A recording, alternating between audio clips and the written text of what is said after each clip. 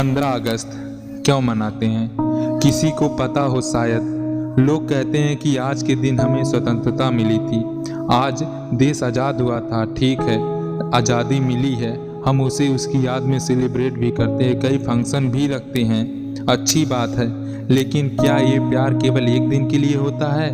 और पूरे साल हम एक बार भी याद नहीं करते हैं कि सियाचिन ग्लेशियर, जहां -30 डिग्री सेल्सियस पर भी हमारे देश के नौजवान पूरे साल रहकर हमारी सेवा करते हैं। लद्दाख के उन पहाड़ी इलाकों में भी रहकर जहां ऑक्सीजन ना के बराबर होती है, वहां हमारे देश के नौजवान रहकर हमारे देश की सेवा करते हैं। उनके घर वालों को भी क्या उनकी याद नहीं आती होगी? आती है। वो भी अपने बच्चों को देखना चाहते हैं। एक असली फौजी का दिल कब टूटता है जानते हो?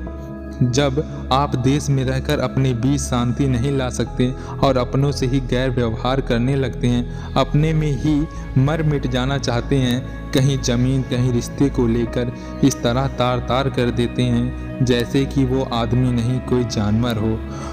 वो अपने ना होकर ज़िंदगी भर के लिए दुश्मन बन जाते हैं। भारत में रहते हो, एक अच्छे नागरिक का फर्ज होता है कि अपने आसपास की बुराइयों को दूर करें, अपने आसपास की बुराइयों को दूर करें।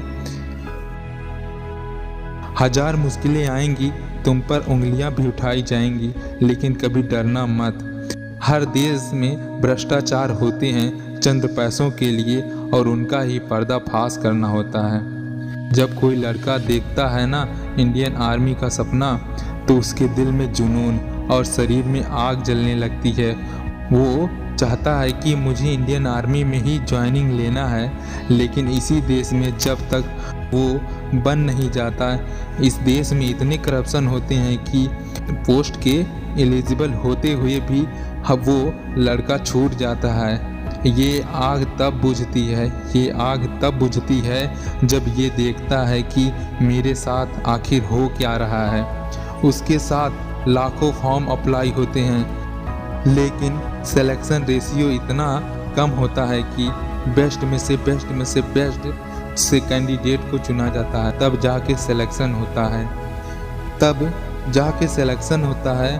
जब सिलेक्शन जिसका नहीं होता है, तो कुछ समय बाद वो क्रांतिकारी नेता बनकर अपने देश में रहकर अपने देश की सेवा करना चाहता है, और अपने साथ लोगों को लेकर सही रास्ता भी दिखाता है, और पूरी ज़िंदगी बिना फौज में भर्ती होते हुए भी देश की सेवा करता है और देश के लिए मर भी जाता है। लेकिन तब उसकी जगह लेने के लिए कई लोग पैदा हो जाते हैं, जहाँ से उसका सपना टूट जाता है कि भारत को एक अखंड भारत बनाना है।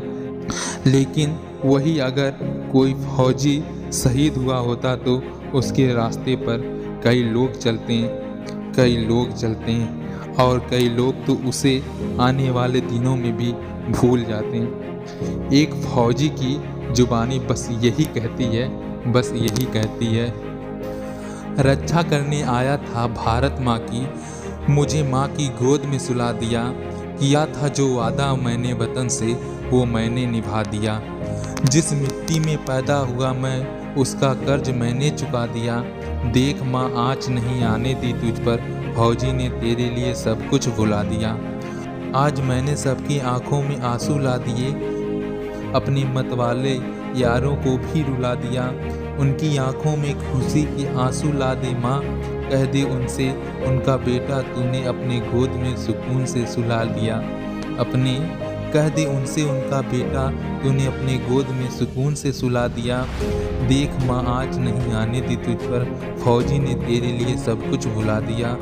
आज देख माँ आज नहीं आने दी तुझ पर, फौजी ने तेरे लिए सब कुछ भुला दिया।